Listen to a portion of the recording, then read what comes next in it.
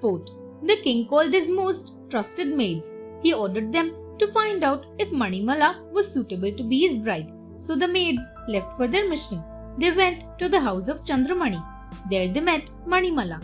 They were blown away by her beauty. They talked with her and were highly impressed by her intellect. But the maids felt that since Manimala was so beautiful, it would be hazardous for the kingdom. They felt that the king would be distracted by her beauty. He would not perform his state affairs properly.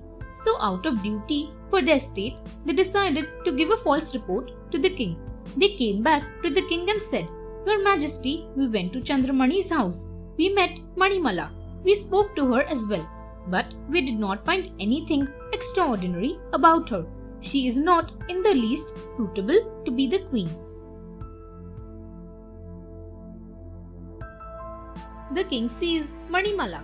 The king heard them and changed his mind about marrying Manimala. When Chandramani came to know about the king's interest in Manimala, he himself offered Manimala's hand to the king in marriage. But the king refused straight away. A disappointed Chandramani got Manimala married to Krishnanand, who was a courtier of the king. Now one day, it so happened that King Samarjit was passing Krishnanand's house. He happened to see Manimala, who was standing on the roof of her house.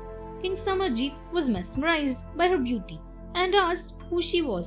His minister informed him, "Your Majesty, she is Manimala, wife of Krishnanand. They got married recently. She is the same woman about whom you had made enquiries in the past through your maids." The king said, "But she is very beautiful, whereas the maids told me that she was not suitable to be my wife."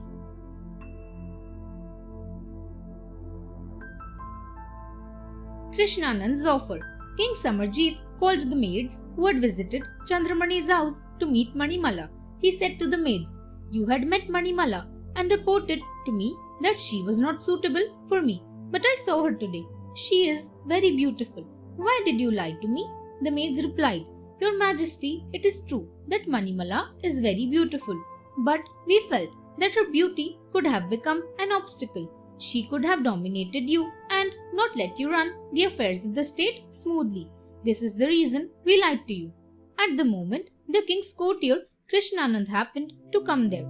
He paid respects to the king and said with both palms joined in reverence, "Your Majesty, as your loyal servant, I have a request to make." I heard what the maid said, but there is a way. I am ready to offer Manimala to you.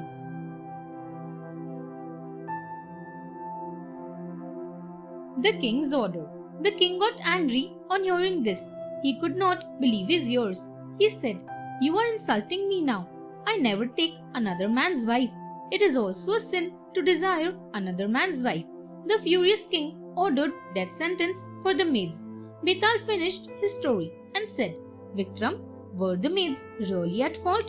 King Vikramaditya said, "The maids crossed their limits when they gave wrong information to the king. They were unfaithful to him, but they committed this crime at the cost of duty to the kingdom. The king in fact committed a more serious crime by punishing them." Betal was happy and said, "Well said, Vikram, but you have spoken again. I told you not to do so, so here I go." Saying so, Betal flew away from King Vikramaditya's shoulder. An angry King Vikramaditya followed him with his sword. Thanks for watching. Do like, share, subscribe to Sahil Book House.